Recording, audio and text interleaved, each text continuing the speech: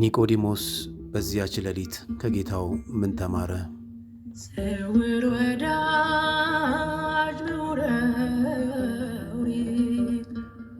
ኒቆዲሞስ ግቡ ኒቆዲሞስ ከፈሪሳውያን ወገን የሆነ የአይሁድ አለቃ ኒቆዲሞስ የሚባል ሰው ድምፀ አራዊቱንና የሌሊቱን ግርማ ሳይፈራ ሰዎች ሁሉ በተኙበት ሰዓት እውነትን ፍለጋ በልቡ የያዘው ጥያቄ መለስለት ዘንድ ወደ ኢየሱስ ክርስቶስ መጣ። ኒቆዲሞስ ምንም እንኳን ከፈሪሳውያን ወገን ቢሆንም ከእነርሱ የተለየ አመለካከት ነበረው።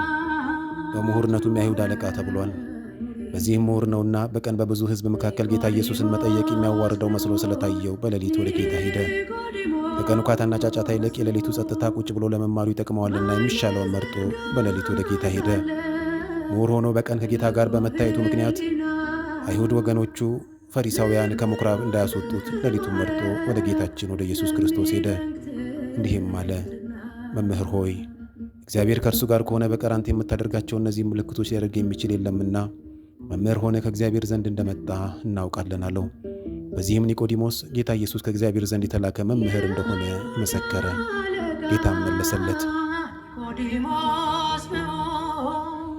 እውነት እውነት እልሃለሁ ሰው ዳግመኛ ካልተወለደ በቀር የእግዚአብሔርን መንግሥት ሊያይ አይችልም አለው። ኒቆዲሞስ ኦሪትን የተማረ ሊቅ ቢሆንም ሁለተኛ ስለ መወለድን ሰምቶ አያውቅም። ስለምን እየተነገረው እንደሆነም ሊረዳና ሊያውቅ አልቻለምና መልሶ እንዲህ አለው፣ ሰው ከሸመገለ በኋላ እንዴት ሊወለድ ይችላል? ሁለተኛ ወደ እናቱ ማኅፀን ገብቶ ይወለድ ዘንድ ይችላልን? አለው። ይሄ በኦሪት እውቀት ብቻ አይገለጥም። ይሄ በሥጋዊ ጥበብና ምርምር የሚደረስበትም አይደለም። መንፈስ ቅዱስ እንጂ ሥጋና ደም ይህንን አይገልጥምና ሐዋርያው ቅዱስ ጳውሎስ በአንደኛ ቆሮንቶስ ምዕራፍ 2 ቁጥር 10 ላይ ለእኛ እግዚአብሔር በመንፈሱ በኩል ገለጠው፣ መንፈስ በሚያስተምረን ቃል ይህን ደግሞ እንናገራለን እንጂ ሰው ጥበብ በሚያስተምረን አይደለም እንዲል። ጌታችንም ለኒቆዲሞስ እንዲህ ብሎ መለሰለት፣ እውነት እውነት እልሃለሁ ሰው ከውሃና ከመንፈስ ካልተወለደ በቀር ወደ እግዚአብሔር መንግሥት ሊገባ ከቶ አይችልም። ከሥጋ የተወለደ ሥጋ ነው፣ ከመንፈስም የተወለደ መንፈስ ነው። ዳግመኛ ልትወለዱ ያስፈልጋችኋል አለው። በዚህም እርሱን እንመስለው ዘንድ በውኃ የምንጠመቅ መሆናችንን ከመንፈስ ቅዱስም ተወልደን የእግዚአብሔር ልጆች እንደምንሆን ይነግረናል።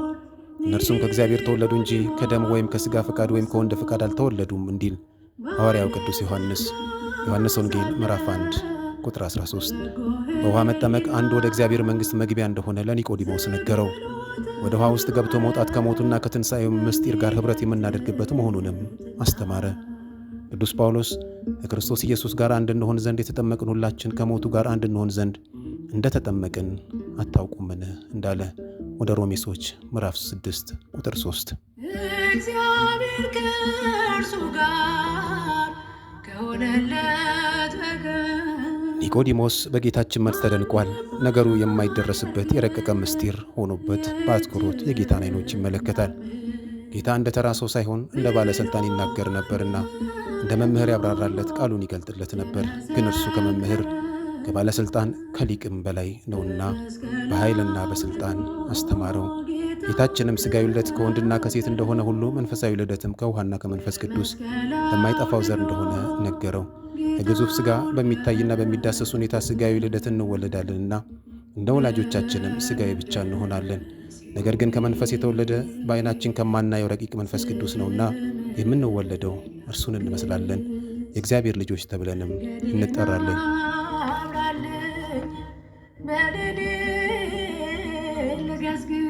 ኒቆዲሞስ ሳይሰለች እንቅልፍ ሳይከብድበት በንቃተ ሕሊና በተመስጦ ከጌታችን ከኢየሱስ ክርስቶስ እግር ስር ቁጭ ብሎ ተማረ።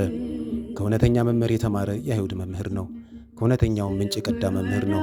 የክርስቶስ አምላክነት የገባው እስከ መቃብርም ድረስ እስከ ሞትም ድረስ የታመነ ምሁር ነው። ዛሬም አዋቂ ነን፣ ምሁር ነን፣ የተማርነን ሳነን እንደ ኒቆዲሞስ አዲስ ልብ አዲስ ሕይወትን ለማግኘት ከእውነተኛው መምህር ከመንፈስ ቅዱስ ከእውነተኞች አባቶች መምህራን እግር ስር ቁጭ ብለን በትሕትና ቃሉን ልንሰማ እንደሚገባን ኒቆዲሞስ በሕይወቱ ያስተምረናል። ዮሐንስ ወንጌል ምዕራፍ 3 ቁጥር 1 እስከ 10